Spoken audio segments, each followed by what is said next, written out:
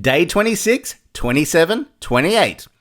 3, 2, 1, let's go! Now, as we get into the final days, as I've mentioned, there are still stuff that you need to be doing to ensure you produce a great submission. While I've been helping you to break some patterns, to start on the case study, then break from that, and then refocus, back onto the competencies, then back to the case study, there is a purpose, and it's all to rework your amazing writing skills. And hopefully, by doing this, you see items that you did right, that you just absolutely love, but others that you want to change or restructure as the complexity of your writing does change and develop over time. It's like exercise. If you stop training, when you get back into it, you can't do it the same as you did before. But when you work, you build, you develop, you can go beyond, better, faster, and achieve more. This is the same with your writing, where you're developing and training your brain to become better and better at producing your professional writing skills. Your first draft is never going to be the best, but as you read, you refine, you edit, you update, you are developing on your writing skills and you think of new ways to interpret it, what you're trying to convey. This is a process that all candidates go through, and this is a crucial step, an important step that you must be doing to always review and edit, and eventually you'll have something that you are proud of producing and that you want to submit. But a big issue that I found that is overlooked and rarely talked about is contradiction. And as I know you've been reviewing and you've been writing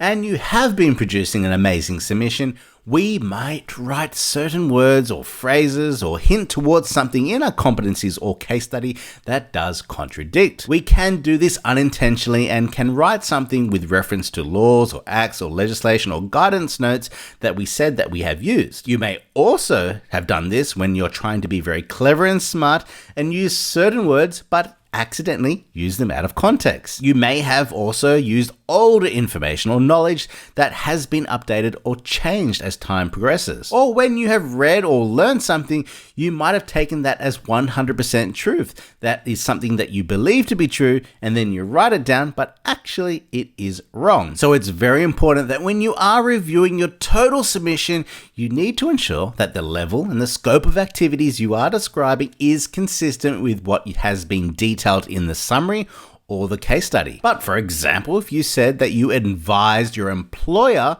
on X project, then in your case study you say you advised your client on X project, you can be assured that the assessors will pick up on that.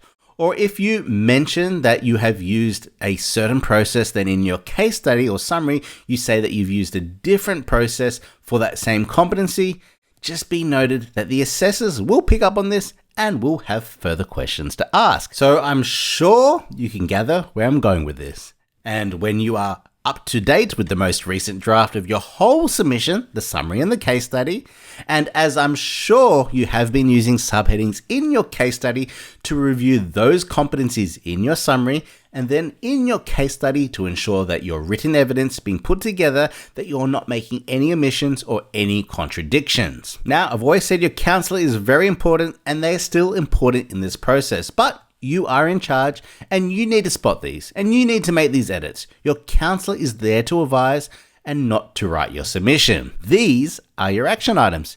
Continue with reviewing, editing, updating, ensuring that you can get to a near final draft of your whole submission. Using the information and the action items of this week, I want you to then over the weekend, review everything as a whole to spot these omissions or contradictions that you might have within your submission. Simple and easy. And I also hope that you have a great weekend and you make action towards your final days, as I know you can do it and you have been doing it and we're almost at the end. So keep that pressure as it makes diamonds and you will succeed.